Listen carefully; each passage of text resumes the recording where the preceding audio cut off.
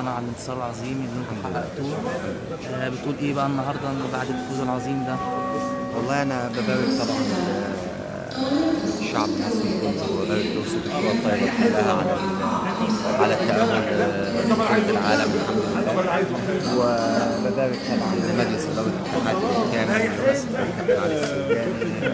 بشكر سيادة المستشار خالد زين على حضوره وتشريفه لينا ووجوده يعني معانا.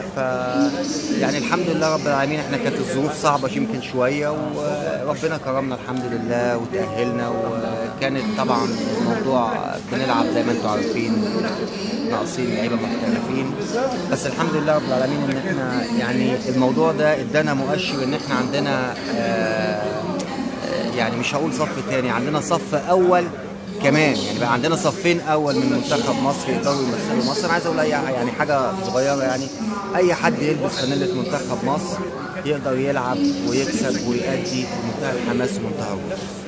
اصعب ماتش يا فندم واجهتوه في خلال مشواركم الماتش الاولاني طبعا بدون نقاش، الماتش الاولاني ماتش كينيا كان هو اصعب ماتش، يعني مش هقول اصعب ماتش، بتلعب على ارض كينيا وهم عندهم لعيبه محترفين احنا لعيبتنا المحترفين مجوش.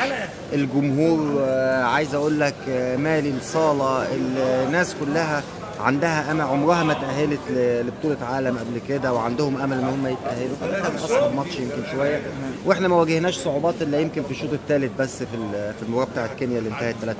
خصوصا ان هم كانوا محتلين الارض والجمهور. هم ارضهم مش محتلينها، هم ارضهم يعني واخد بالك.